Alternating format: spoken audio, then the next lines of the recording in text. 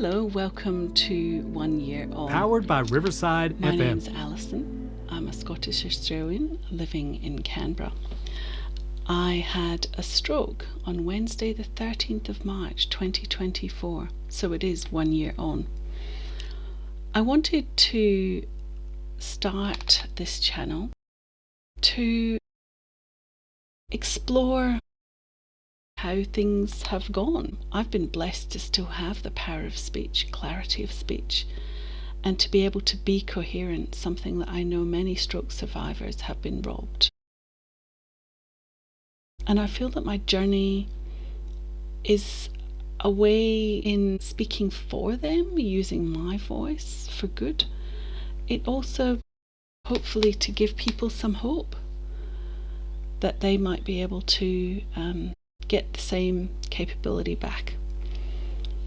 I hope to document my recovery, explore stroke in a way that is respectful, explore therapy options, and interview some of the health professionals that I have consulted.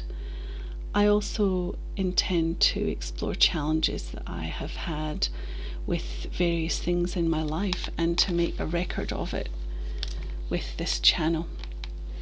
To give you an idea about what happened with me, the stroke was in the basal ganglia of my brain, and it was caused by a blood clot.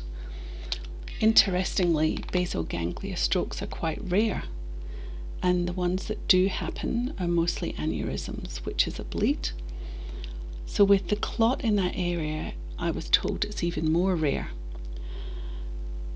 So the basal ganglia is the part of the brain which usually controls movement, motivation, planning, learning, decision making, working memory, executive function, which is attention and self-control. Interestingly for me, I didn't have any physical effects. People usually associate stroke with feeling limp or paralyzed in an arm or a leg, unable to coordinate. I didn't have that. It was really strange. So coordination for me wasn't too much of a problem. But the cognitive effects were what affected me. Working memory was extremely difficult. And I also suffered aphasia. I struggled to find the words, like specific words, but I could still speak and talk without slurring. But specific words eluded me. Even now they still sometimes do. And I also had significant issue with recognizing people, which was very odd, because usually before the stroke I had a photographic memory for faces, unbelievably so, and I was no longer able to recognize people that I first met after the stroke. It still worked for the people that I already knew. I still recognized them, but it was very embarrassing. There were a couple of people at my work who I'd been introduced to after the stroke, and I spoke to them for about an hour each. And then afterwards, when they came back up to me, and they knew that they knew me, and I looked at them and I just had this vacant look. I knew I had this vacant look and I felt really stupid.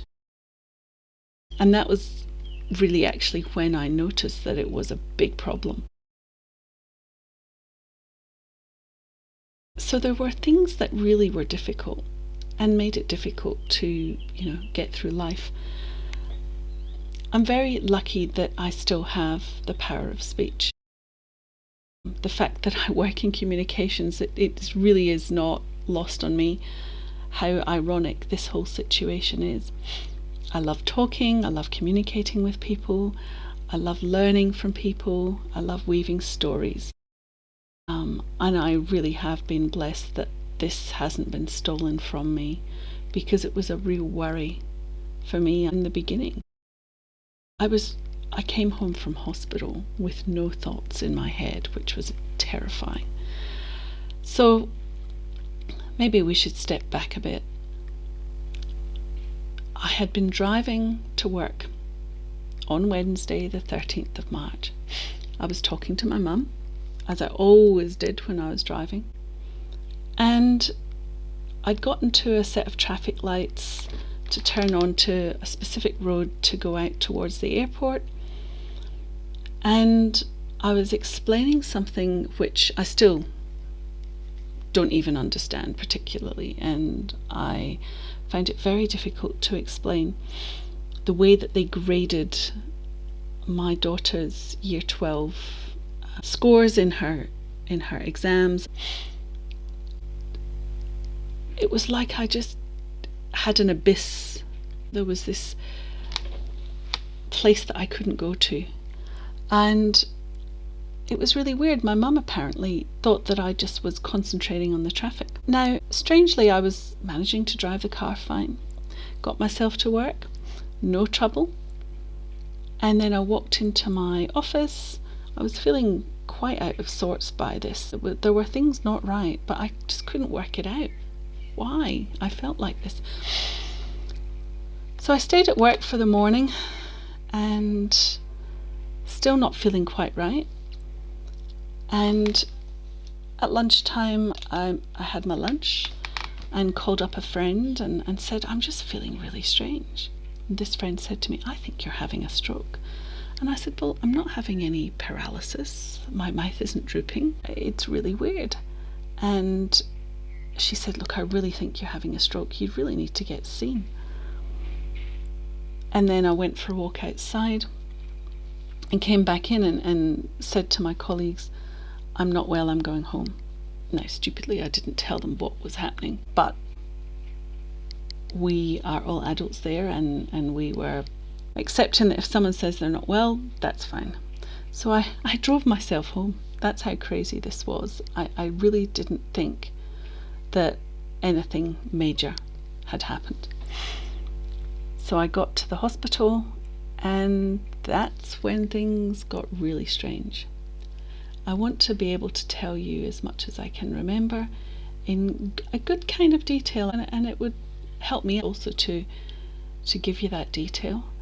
I often challenge my own memory, which is quite funny because memory is a bit of a problem. Thank you very much for listening. I hope you enjoyed this. If you do, please like, share, subscribe, and come back next time for the next episode of 1 Year On. Thank you. Bye.